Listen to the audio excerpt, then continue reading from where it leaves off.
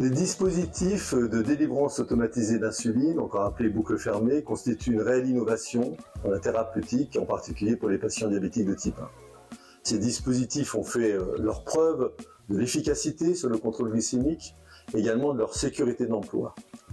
Malgré tout, la gestion au quotidien, à la fois de la prise alimentaire, mais surtout de l'activité physique, constitue encore sans doute des freins pour un certain nombre de patients qui font une activité physique ou qui sont sportifs, notamment dans l'utilisation de ces dispositifs de délivrance automatisée d'insuline.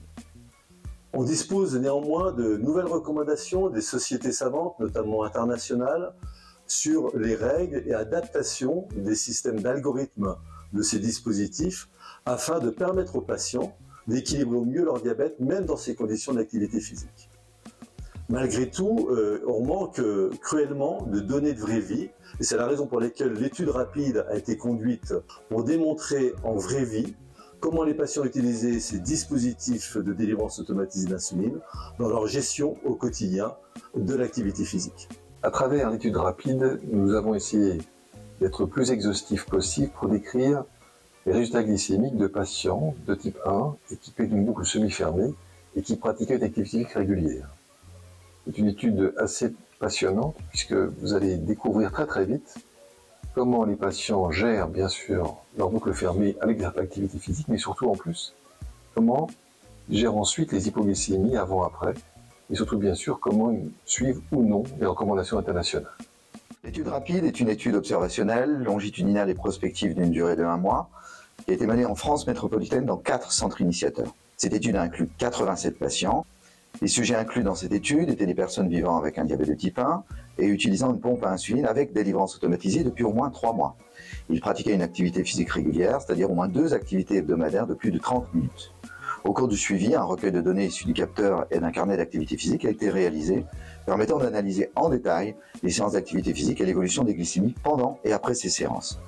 Nous disposions jusqu'à maintenant d'un certain nombre d'études expérimentales qui avaient été réalisées la plupart du temps en centre de recherche clinique et qui testaient différentes modalités de gestion de l'activité physique dans le cadre d'activités physiques calibrées. La force de l'étude rapide est qu'elle s'adresse à des patients en situation d'activité physique de routine et grâce à la convergence des données de téléchargement des systèmes et des questionnaires très précis, eh bien, nous avons pu analyser l'effet des différents types d'activités physiques sur l'équilibre métabolique des patients, mais également le suivi ou non des recommandations de bonnes pratiques dans le cadre de l'activité physique et également les effets de ces recommandations sur l'équilibre glycémique des patients et notamment sur la survenue des hypoglycémies. Nous vous invitons par conséquent à venir assister à nos 4 présentations sur l'étude rapide.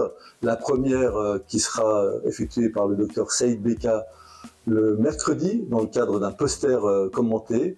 Et 3 autres communications réalisées par le professeur Joubert, le professeur Meyer et moi-même le jeudi qui vous permettront d'assister à l'ensemble des informations et des données concernant cette étude rapide.